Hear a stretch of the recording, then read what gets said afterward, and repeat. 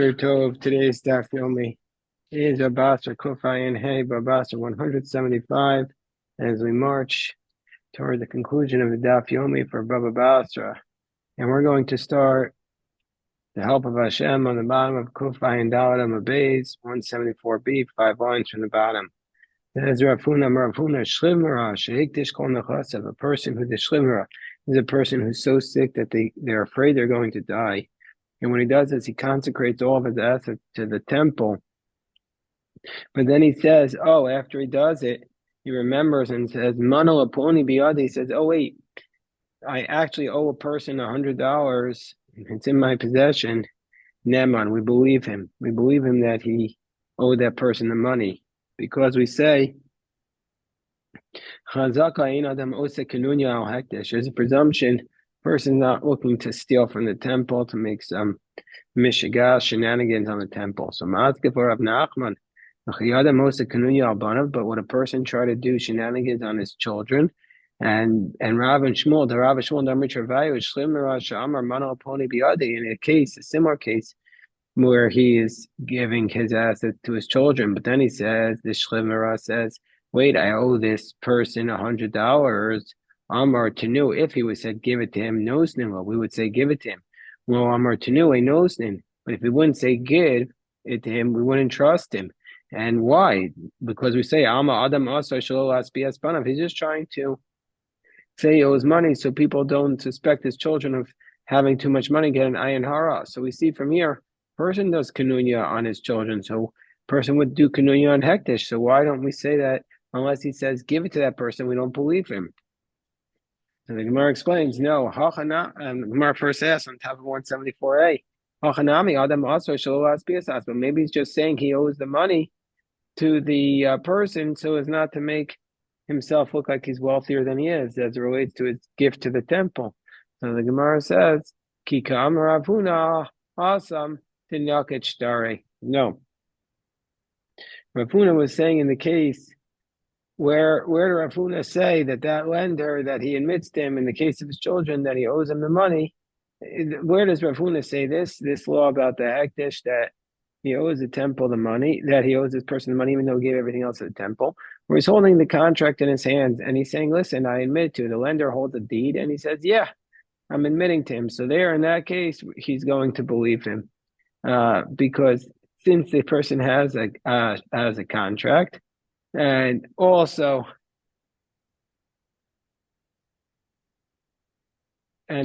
since he admits to it, we take it from him, even though Hektish is going to lose money. So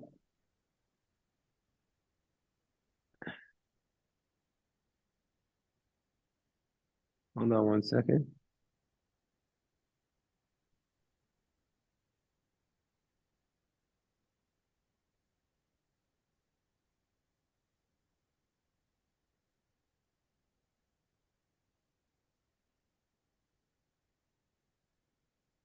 So the Gemara says, the call to Rav Shmuel must be that the case of Rav Shmuel where he only gives him the money if he says tinu, if he says give it, delo nakit shtara. So where he's not, where the claimant is, the plaintiff is not holding the deed. So Amar tinu, if the Shlimura would say give it, nosdin, he would give it to him. But why? Milval Peh, it's an oral loan. But Rav Shmuel Damar Travayo, they both admitted by a Milval Peh, by an oral loan, Eina Gova, Lomana Yorshim, Lomana Kukos. You don't collect it from the heirs. You don't collect it from the purchaser. So in this case, why would you say that even if he says give, that you have to give him the money? So Gemara says, both the case of Hektish and in the case of Rabban Shmuel is where the person who is owed the money has the note in his hands. Where he says give, he's certifying the deed because he's saying, yeah, it's an actual deed. And in the other case where he doesn't say give, it's not certified. Amar Tanu, if he says give it to him, it's as though he's certifying the note. And therefore they have to give it because it's not an oral loan. But if he wouldn't say give it, he has not certified the note. Let's say there's a shlimera who says Rabbah, he says, I owe $100 to this person. paranu, and the orphans say afterwards, we paid it. Then nemanim, we believe the orphans that they paid it. But if he says tenu manu aponi v'amru yisam paranu ein nemanim. But if he says give the money to this person, and the orphans say we paid it, we don't believe it. So the Gemara says klape lie. This makes no sense. If he says give it, we believe the orphan. We should believe the orphans that they paid it. If he doesn't say give it, we shouldn't believe the orphans that they paid it. So Amar Tanu Mana keeping the Paskav Mil. So if he says give it, since their father gave them a specific order, equal member the power, we should say they paid it. Mana but if he just says I owe the money, we didn't say give it, given the whole Paskav Mil, so equal member the low power. We could suggest that they didn't pay it. So it's the opposite. So therefore the Gemara says, if you had a teaching from Rabbah, this is what he must have taught. If a Shlimera says, I owe this person $100, our father went back and told us that he paid it. Then we believe him. My time, he must have remembered. If he just said, I owe this person money, and then he told us he actually had paid it, we believe him because he remembered it.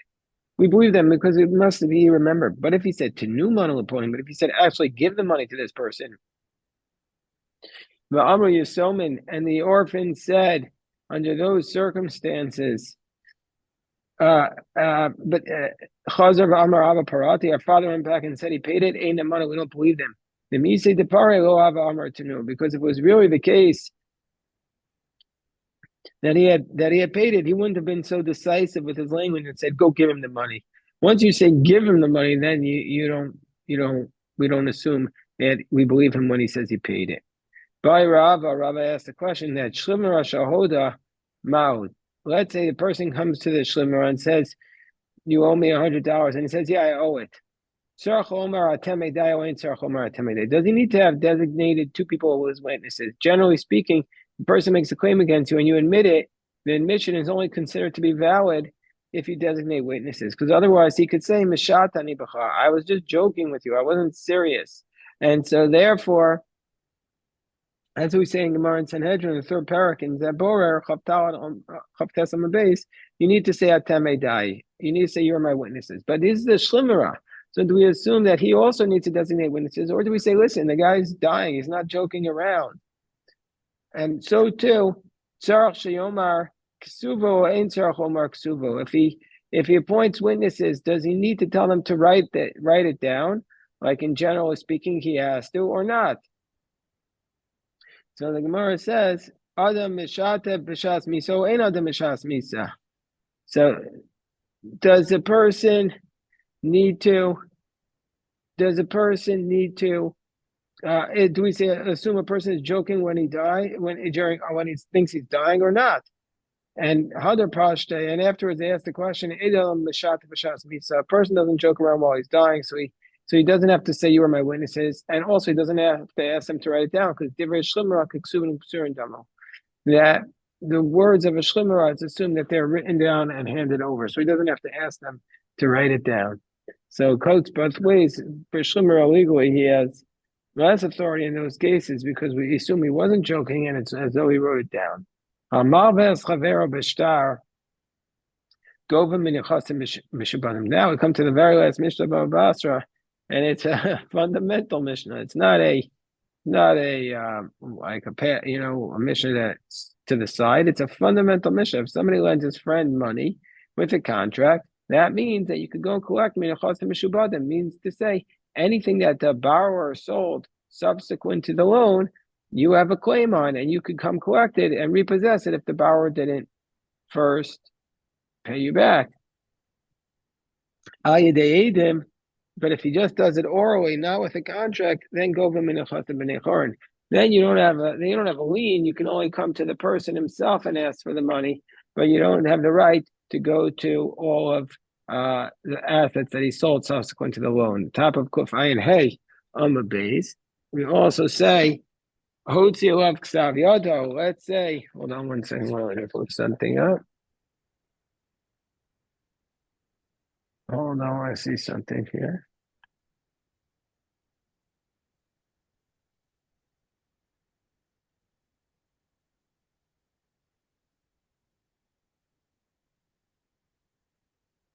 Okay.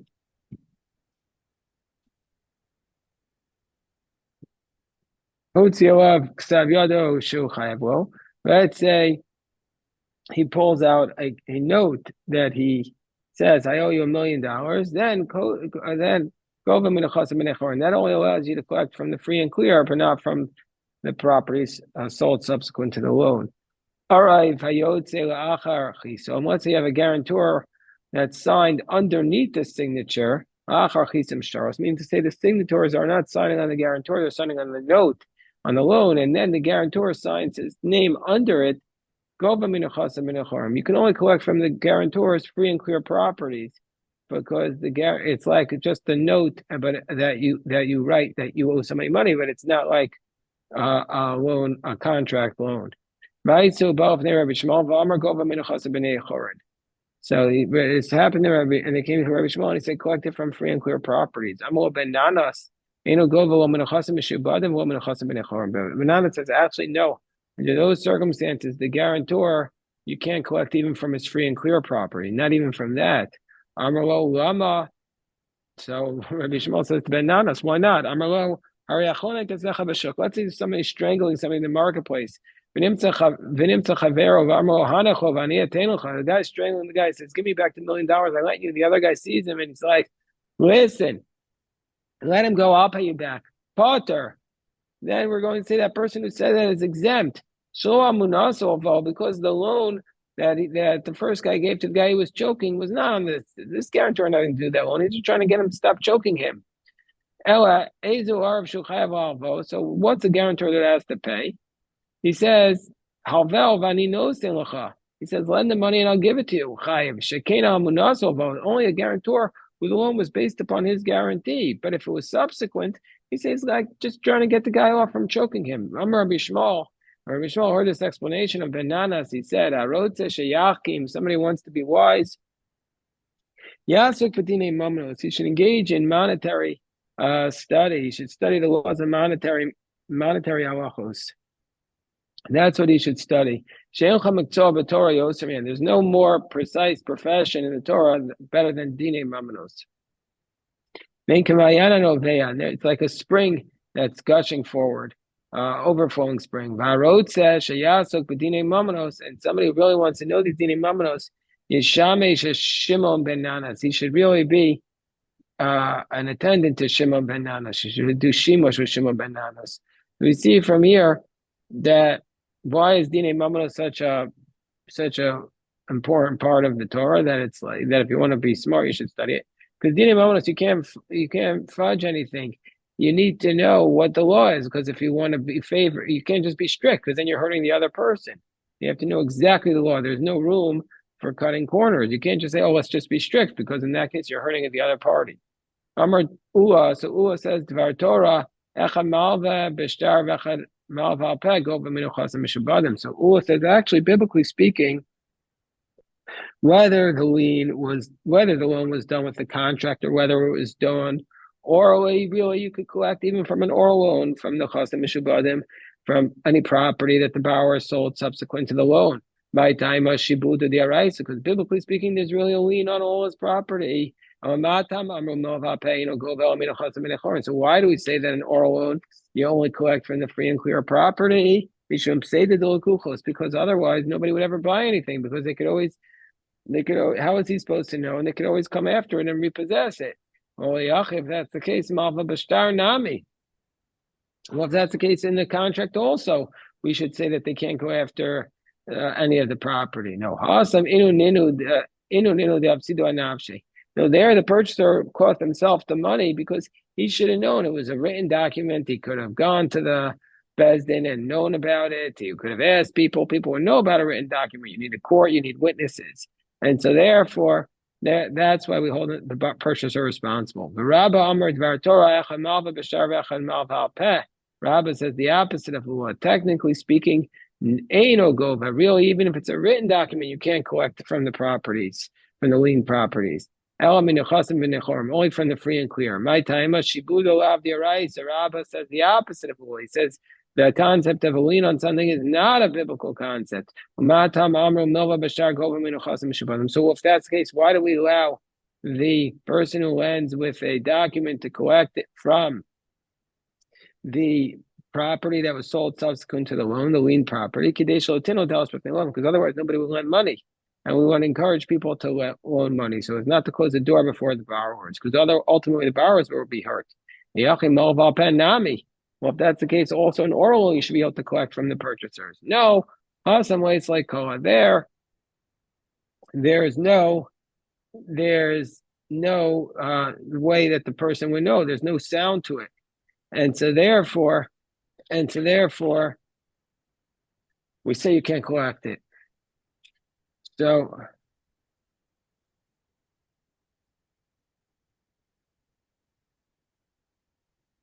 if you say, what's the source? According to Ulo, it says Shivud is Dirai. So what's the source for this idea that comes from the Torah? He says, based upon the Varm chapter 24, verse 11, it says, so that's the source. The Ramban says, we learn it from the pasuk, also from that pasuk. The Rabbeinu Gershom says we learned it from the verse in Mishlei, Eved lo v'lishmal. So, okay, these are different approaches. So the Gemara says we're going to raise a contradiction within the position of Rabbah. Does Rabbah really say Shibuda is lav diraisa? Does Rabbah really say that the concept of a lien is not biblical? Is that really the case? But what about the following? Well,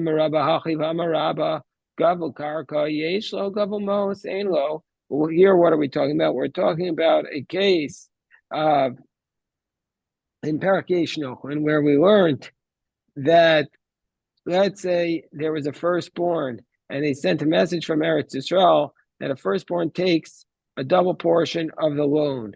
So the loan he gets a double portion of. The firstborn we know has a double portion. What about a loan that they have to collect? So, and Rabbah says that that's where it was real estate. If it was real estate, then it's considered like it's in his possession already. And it's like his father has a lien on it. And so therefore it's considered like he has it. But if it was cash, then it's roi, then he doesn't have it yet. It's coming to him and he doesn't get a double portion. So we see from here, the Rabbah says Shibuda, a lien, is biblical. The Gemara says, so we see that Rabbah seems to be saying Shibuda is the Araisa. If you want to say let's reverse positions.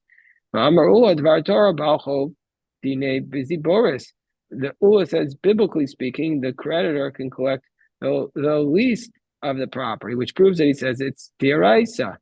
And so therefore, we see that Ula must clearly be in the position that Shibuda is Diraisa. So we can't say that Rabbah says Shibuda is not Diraisa. So therefore, Ela Rabba Tamei, the B'nei Rabbah, time at the B'nei Rabbah Kamerlay, for Wales really. Rabbah says Shibuda is not the Araisa, but there he was just explaining the position of Eretz Yisrael when they say he could collect a loan that's only of the real estate, because they say Shibuda is the Araisa, but he says, but I say it's not the Araisa. Rabbi Shmuel Damri Travail Mova Peh Eno Gova Woman Ayorshim Woman Akuchos. Rabbi and Shmuel say that if it's an oral loan, then you can't collect from the heirs or even from the purchasers because Shibuda lav diraisa, because they say that Shibuda, this concept of Shibuda is not biblical, and so therefore, even if it's heirs, he has no lien on them, and so therefore he can't collect them.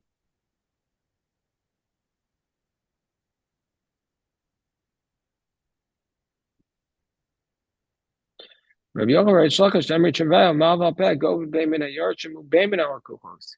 Right time Shibuda the Arais. Rabbi Yochanan Shlachash, they both say that it's an oral loan you could collect from the heirs and also from the purchasers, because they're in the position that Shibuda is the Araisa. So even after the borrower dies or he sold off his assets, there's still a lien on them and they can collect them.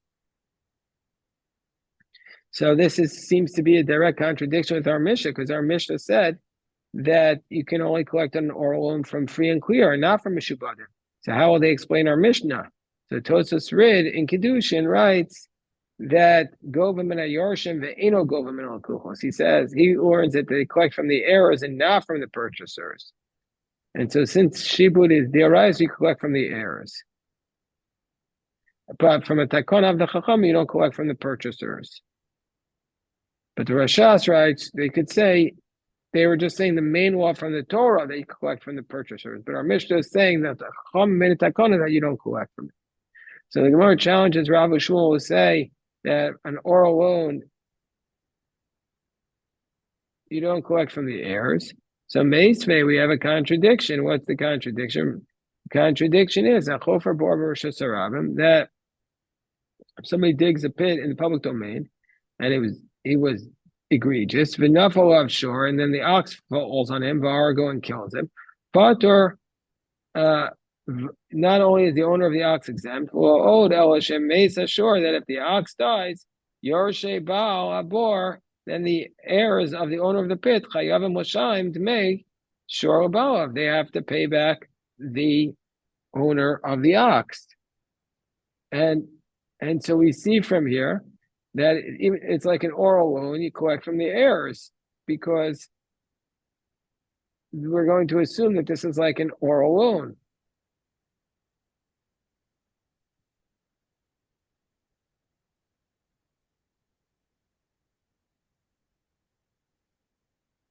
Basically, it's an oral obligation, and typically speaking, you wouldn't collect it from the heirs. Now, the Tosafos Rosh says they could have said, "Listen, if you owe a debt because of damages, that's like a loan that's written from the Torah." But they don't give that answer. They could have given that answer, and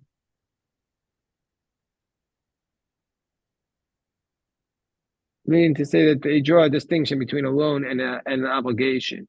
But instead, the Gemara gives a different answer initially. No, that's the case where they actually went to court before he died and they obligated him to pay. And so therefore, since the obligation was made by the court, it's not like it's an obligation that was written in the document. And so therefore, it becomes an obligation that was written in the document and collected also from the heirs. Gemara says, well, Hargo Katani, but they killed him. So how do you go to court? Amravada Baraba, Shasu Trefa. That they made him like he was going to die, but he didn't die yet. Gemara says, Tani Tana Mace Vikavro. We have a version that says they died and they bury him, then you collect from the heirs. Awesome. The Yasvi Daine Apuma Debira Bechevon. No, that's where the judges were sitting right by the entrance to the well. He fell in and therefore they made him pay, because they gave the ruling right away. So Amar Papa Elchasa Milval Peg over Minayosh. Papa draws a distinction that we spoke about. If there's an oral loan there, you collect from the heirs. Veino Government Kuchos, but not from the purchasers. Milval Peg over Minayosh, Veino Government Kuchos. Government Yorshin, why do you collect from the heirs? Because otherwise nobody will ever lend it. Veino Government Kuchos, but you don't collect from the purchasers, delayed Slakoa, because nobody knows about it. But Rav Papa is saying only if it's an oral loan, but not if it's a oral debt, like the case of the damages that incurred. Okay, we'll stop here. Shikach to everybody.